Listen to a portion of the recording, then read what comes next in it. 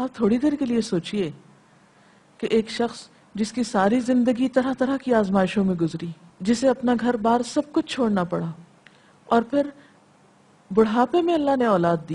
وَهَبَ لِي عَلَى الْكِبَرِ اسماعیل، اللہ نے مجھے بڑی عمر میں اسماعیل عطا کیا. اور پھر اس عمر کو بچہ پہنچا جس عمر کو ایک بچہ اپنے ماں باپ کا بہت پیارا ہوتا ہے، اور پھر حکم آتا ہے کہ اسے قربان کر دو. ذرا اپنے آپ کو رکھ کے دیکھیے اس موقع پر، اس مقام پر، کہ اللہ کی خاطر اولاد کی قربانی. اور وہ صرف قربانی یہ نہیں کہ اپنی نگاہوں سے دور کرنا، وہ قربانی تو پہلے ہی ہو چکی تھی، اس کی جان کی قربانی، اتنی خوش دلی کے ساتھ، اتنی محبت کے ساتھ. اس سے بڑھ کر وفاداری کا اور وفا شعاری کا ثبوت کیا ہو سکتا ہے؟ تو یہاں پر ہم دیکھتے ہیں کہ اس کھلی آزمائش میں ابراہیم علیہ السلام بہترین طریقے سے کامیاب ہوئے، اور اللہ تعالیٰ نے جنہیں اس بچے کی قربانی دراصل مقصود نہیں تھی، ابراہیم علیہ السلام کا امتحان مقصود تھا. وَفَدَيْنَاهُ بِذِبْحٍ عَظِيمٍ، ہم نے بدلے میں ایک عظیم قربانی دے کر بچے کو بچا لیا. جبریل علیہ السلام ایک مینڈھا لائے، ابراہیم علیہ السلام نے جب چھری پھیری تو وہ چھری بیٹے کے گلے پر نہیں تھی، اس مینڈھے کے گلے پر تھی. اور وہیں سے پھر ان جانوروں کی قربانی کا سلسلہ شروع ہوا. جو شخص حج کرنے کے لیے جاتا ہے وہ بھی قربانی کرتا ہے، اور وہ لوگ جو حج کے لیے نہیں جا سکتے وہ اپنے گھروں میں ان کے ساتھ عملی طور پر ایک طرح سے شریک ہوتے ہیں اس ریچول میں. جو صاحب حیثیت ہوتا ہے وہ قربانی کرتا ہے. لیکن حقیقت یہ ہے کہ اللہ تعالیٰ نے ابراہیم علیہ السلام کے اس سچے جذبے کو، جذبہ وفا کو، جذبہ اطاعت کو، جذبہ قربانی کو قبول کر لیا. اور یہی وجہ ہے کہ ہم دیکھتے ہیں کہ اس کے بعد، یعنی ابراہیم علیہ السلام کے بعد جتنے انبیاء آتے ہیں، آپ کی اولاد میں آتے ہیں، بنی اسرائیل کے جتنے پیغمبر ہیں، پھر خود نبی صلی اللہ علیہ وسلم، یہ سب ابراہیم علیہ السلام کی نسل سے ہیں.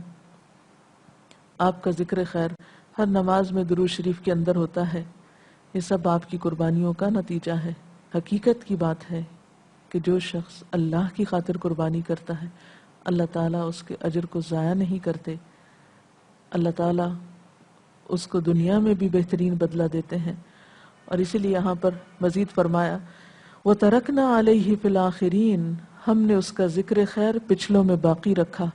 یعنی بعد کی نسلیں ابراہیم علیہ السلام کا ذکر بہترین الفاظ میں کرتی ہیں.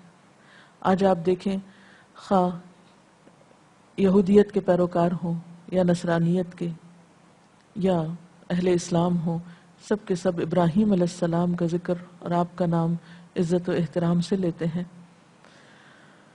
اور پھر اللہ تعالیٰ فرماتے ہیں سلام علی ابراہیم، ابراہیم پر سلامتی، ابراہیم علیہ السلام پر سلام ہو. کذالک نجزی المحسنین، ہم نیکوکاروں کو ایسا ہی بدلہ دیتے ہیں. یعنی ابراہیم علیہ السلام کے طریقے پر عمل کرتے ہوئے جو شخص بھی اس راستے پر چلے گا، یعنی آپ کی سنت کی پیروی کرے گا، جیسا کہ نبی صلی اللہ علیہ وسلم نے فرمایا سنت ابیکم ابراہیم، وہ یقیناً بہترین جزا پائے گا. اور ہر سال اس موقع پر، یعنی عید الاضحیٰ کے موقع پر، عید قربان کے موقع پر جانوروں کا قربان کرنا اسی عظیم قربانی کی یاد دلاتا ہے. دراصل اس میں ہمارے لیے سبق یہ ہے کہ ہم اللہ تعالیٰ کی خاطر کچھ بھی قربان کرنا پڑے تو قربان کرنے سے نہ چوکیں. قربانی چھوٹی ہو یا بڑی، جب بھی زندگی میں قربانی کا موقع آئے تو اللہ کے نام پر کچھ بھی دینے سے گریز نہ کیا جائے، کیونکہ اللہ تعالیٰ انسان کو صرف آزماتا ہے، اس کا امتحان لیتا ہے. اسے نہ تو کسی کی جان مطلوب ہے، نہ کسی کا مال چاہیے اور نہ دیگر چیزیں. اسے تو دراصل ہمارے دلوں کا تقویٰ اور محبت اور جذبہ اطاعت مطلوب ہے. یہی قربانی کا سبق ہے.